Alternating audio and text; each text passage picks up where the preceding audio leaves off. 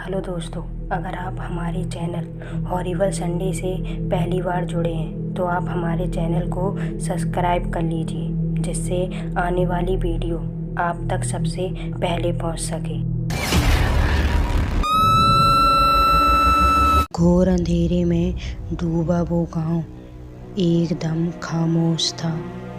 घर में इधर से उधर घूम रही सावित्री के चेहरे पर पसीने की बूंदों के साथ साथ चिंता की लकीरें भी उमड़ रही थीं। उसकी नज़र बार बार दरवाजे पर जा रही थी। थोड़े ही पल दरवाजे पर किसी ने दस्तक दी।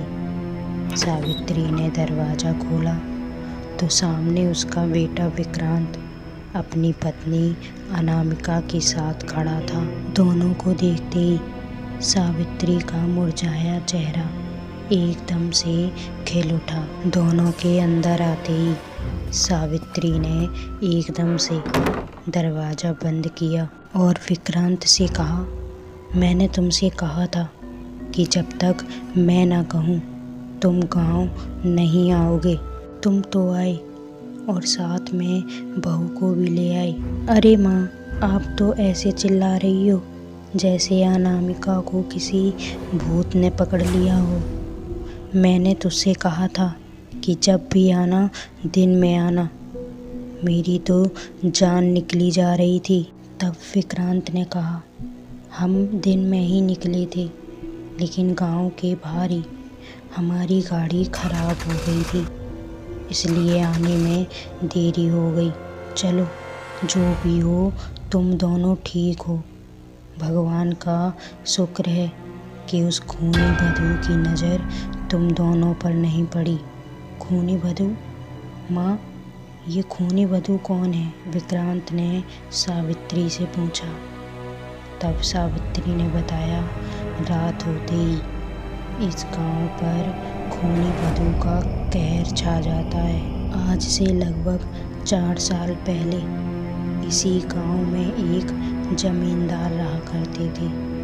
उनकी बड़ी बहू सितारा इतनी सुंदर थी कि पूरा गांव उसकी तारीफ करते नहीं थकता था। उसका चांद जैसा चेहरा इतना चमकता था कि ऐसा लगता था कि धरती पर खुद चांद उतर आया हो। लेकिन उसकी इस सुंदरता के पीछे इतना भयावह राज होगा, इस बात से पूरा गांव अनजान था। गांव के लोग पहले से ही अचंभे में थे, क्योंकि एक आम इंसान की उम्र के साथ साथ उसकी सुंदरता में भी क्रूरतापन आ जाता है। लेकिन सितारा के साथ ऐसा कुछ नहीं होता था। ना ही उसकी उम्र बढ़ती थी और ना ही उसकी सुंदरता पर कोई फर्क पड़ता था। फिर एक दिन गांव वालों के सामने सितारा का वो राज सामने आया, जिसे सुनकर सबकी रूह कांप गई। एक आदमी जो पिछले 2 महीने से गायब था, उसने गांव आकर बताया कि सितारा कोई आम लड़की नहीं है। वो अपनी उम्र ना बढ़ने और सुंदरता कायम रखने के लिए एक बाबा के बताए षड्यंत्र से लोगों का खून पीती है। आज तक जमींदार के यहाँ से जितने भी लोग गायब हुए हैं, उन्हें सितारा ने ही मारा है। और जमींदार ने अपनी बहू को बचाने के लिए उसे एक दुर्घटना में तब्दील कर दिया। ये सुनकर गांव वालों को बहुत गुस्सा आया और उन्होंने सितारा को पूरे परिवार सहित गांव के बीच में खड़ा करके जिंदा जला दिया। गांव वालों ने उसके शरीर को तो जला दिया, लेकिन तब से लेकर आज तक ये गांव सितारा की आत्मा के साए में जीता है। आज तक किसी ने भी उसकी आत्मा का सामना नहीं कर पाया।